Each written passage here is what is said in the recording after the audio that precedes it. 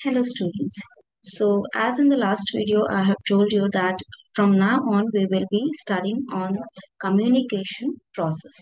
So before defining communication process, let's talk about what exactly communication is. So as we all know, communication can be divided in multiple different types that you can think of. Whatever ways you have studied, you can find different definitions on the internet. So definition can be simply exchange of information. Definition can be simply like passing on the information from one individual to another individual. It can be defined as a process in which the information is passed on from one individual that we call as sender to another individual that is the receiver, and it is sent in a way with verbal and non-verbal communication together, and it is to be understood by the receiver in as the same.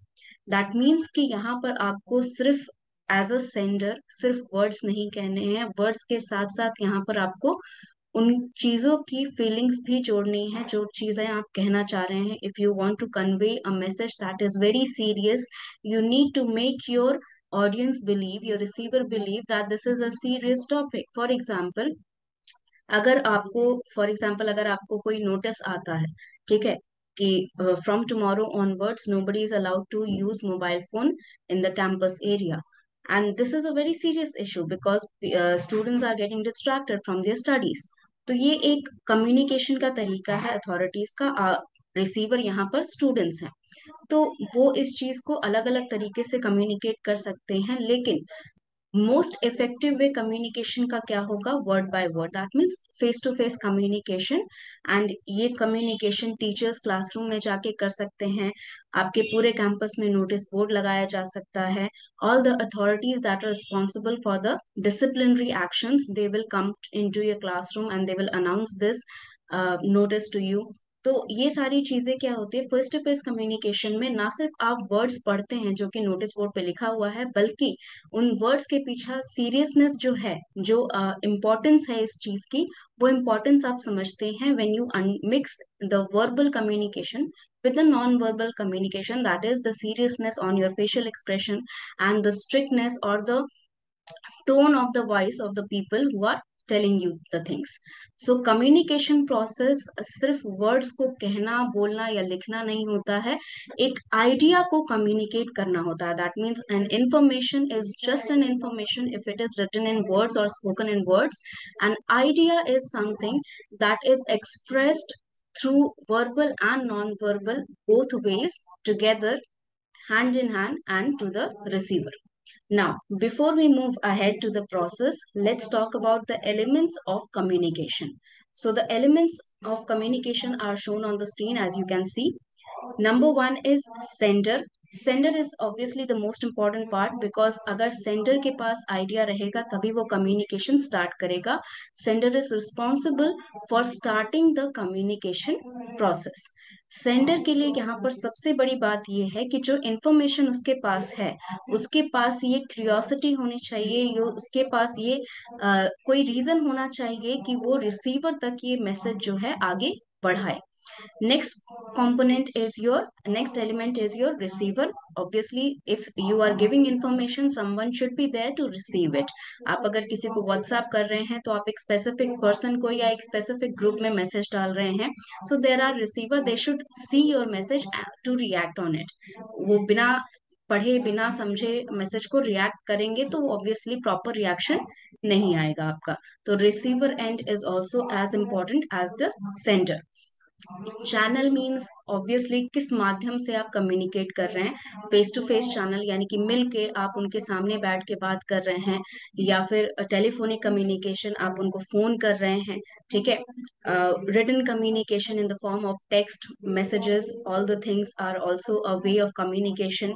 आपका radio communication भी हो सकता है जो broadcast किया जा सकता है. टेलीविजन कम्युनिकेशन भी होता है जो कि एक बड़े पैमाने पर एक व्यक्ति जो है पूरे ऑल ओवर वर्ल्ड में, या जो भी लोग उन्हें देख रहे हैं उनके पास अपना मेथड बताता है। जैसे यूट्यूब चैनल्स जो हैं हमारे, हम एक साथ, एक पर्सन बहुत सारे लोगों को एक ही साथ अपना रिसीवर बना लेता है, those people who are viewing the videos. So channel यहाँ कोई भी हो, चैनल रिकॉर्डिंग, यहाँ पर चैनल जो होता है वो डिपेंड करता है कि क्या मैसेज भेजना है, कितना इफेक्टिवनेस चाहिए, और कौन मेरा रिसीवर है, नंबर ऑफ रिसीवर्स, और who is my receiver, if it is possible. तो आप यहाँ पर चैनल जो है, हम आगे के वीडियोस में आपको बताएंगे कि चैनल किस तरह आप परफेक्टली चूज करें depending on different situation and the efficiency of the channel. Next is your message, that means वो आइडिया जो सेंडर रिसीवर को कम्युनिकेट करना चाहता है। तो अगर सेंडर के पास एक मेथड है तो उसे एक प्रॉपर मैसेज भी कम्युनिकेट करना है। जैसे फॉर एग्जांपल आपके व्हाट्सएप लिस्ट में बहुत सारे ऐसे कॉन्टैक्ट्स होंगे जो फालतू के मैसेजेस करते रहते हैं, just to every day they just send good morning messages and you just ignore it. But for that person who is depressed, who need some motivation, उनको अगर इस तरह के मैसेजेस किए जाए every day, that you can do it, never give up, इस तरह के मोटिवेशनल मैसेजेस आप एवरी डे उनको करते हैं, तो उनके लिए ये ज्यादा beneficial है। So for some person it is something to ignore, for some person it is something that can give them some path to go ahead in their life। तो मैसेज जरूरी होता है कि आप सही लोगों तक पहुंचाएं, सही जरिए से पहुंचाएं, क्योंकि मैसेज जो है वो इट्सेल्फ बहुत ही पावरफुल होता है अगर सही कंडीशंस में उसको यूज किया जाए। बिकॉज एज वी नो, आप सबने सुना होगा, वर्ड्स हैव पावर। वर्ड से ज्यादा पावरफुल इस दुनिया में कोई भी वेपन नहीं है। So we should utilize our words very much important, it is very much important to utilize our word effectively. Number 5 is feedback. Feedback जो है वो कम्युनिकेशन प्रोसेस का आप एक कह सकते हैं दी एंड होता है। अगर ये प्रोसेस जो है, अगर आपको फीडबैक रिसीवर से प्रॉपर मिल जाता है जो आप एक्सपेक्ट कर रहे थे, तो आपका कम्युनिकेशन सक्सेसफुल हो गया। फॉर एग्जाम्पल, जैसे मैंने बताया आपको कि आपको ये नोटिस दिया गया है कि कैंपस एरिया में मोबाइल फोन अलाउड नहीं है। So if the number of people using the mobile phones in the campus area reduces, and day by day reduce होते जा रहा है, एंड अप्रोक्स पर वीक हम एक वीक में अगर ले ले, तो 7 दिन के अंदर बहुत सारे बच्चे जो हैं, बहुत कम बच्चे जो हैं मोबाइल फोन यूज कर रहे हैं, दैट मीन्स इफेक्टिव हुआ। जो फीडबैक हमने चाहा वो, हम ये तो ऑब्वियसली नहीं सोच सकते हैं कि हर एक बच्चा वहां पर सुनेगा, there are some rebellious people around everywhere, but most of the people are listening to you, that means आपको एक प्रॉपर फीडबैक मिला जिसकी आपने एक्सपेक्टेशन की, तो आपका जो कम्युनिकेशन है वो सक्सेसफुल हो गया। अगर नहीं हुआ तो आपको ड्रास्टिक एक्शंस लेने पड़ेंगे। 2-3 बच्चों को डांटा जाएगा, उनके मोबाइल फोन सीज किए जाएंगे, किसी के घर में फोन जाएगा कि बच्चा आपका पढ़ नहीं रहा है, या फिर आपको प्रोजेक्ट दे दिया जाएगा कुछ करने के लिए, अटेंडेंस डिडक्ट कर दिया जाएगा, और बहुत ज्यादा अगर ड्रास्टिक हुआ तो आपको सस्पेंड किया जा सकता है, depending on how you are going to react for the information.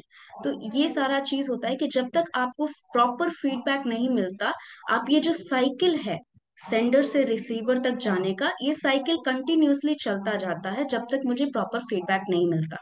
For example, मैंने आपको एक प्रोजेक्ट दिया कि आपको 30 दिन में कंप्लीट करके मुझे देना है। After 30 day if I am receiving each and every person का मुझे असाइनमेंट मिल गया, तो मेरा कम्युनिकेशन सक्सेसफुल हुआ।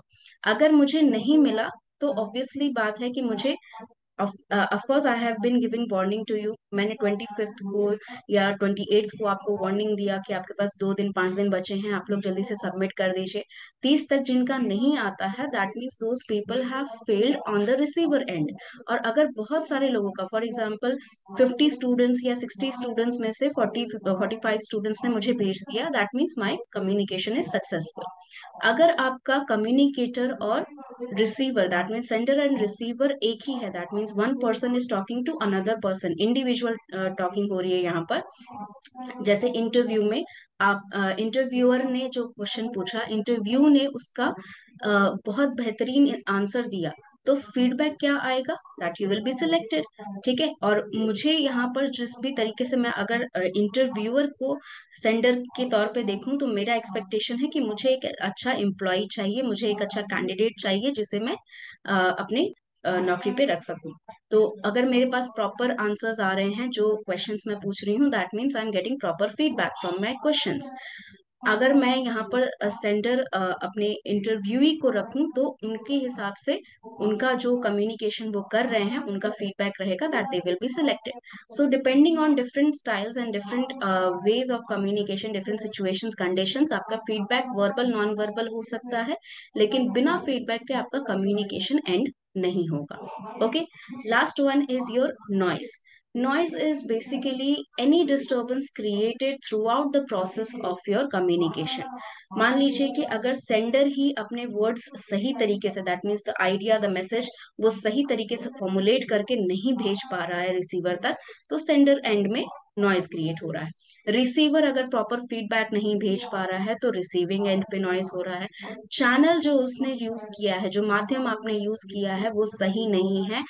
The idea that has been communicated, वो उस प्रॉपर कम्युनिकेशन चैनल में नहीं जा रहा है, it creates a noise. Message को अच्छी तरह से फॉर्मेट नहीं किया गया है, या मैसेज को अच्छी तरह से समझा नहीं गया है, अलग अलग तरह से यहाँ पे नॉइज क्रिएट हो सकता है। Noise is basically an element that जो अच्छा नहीं है, anything that creates an disturbance in the process. कुछ भी डिस्टर्बेंस हो रहा है, किसी भी एंड पे डिस्टर्बेंस हो रहा है, तो उसे हम नॉइज कहेंगे। So that's all for today. In the next video, we are going to talk about the whole process of communication. Thank you so much.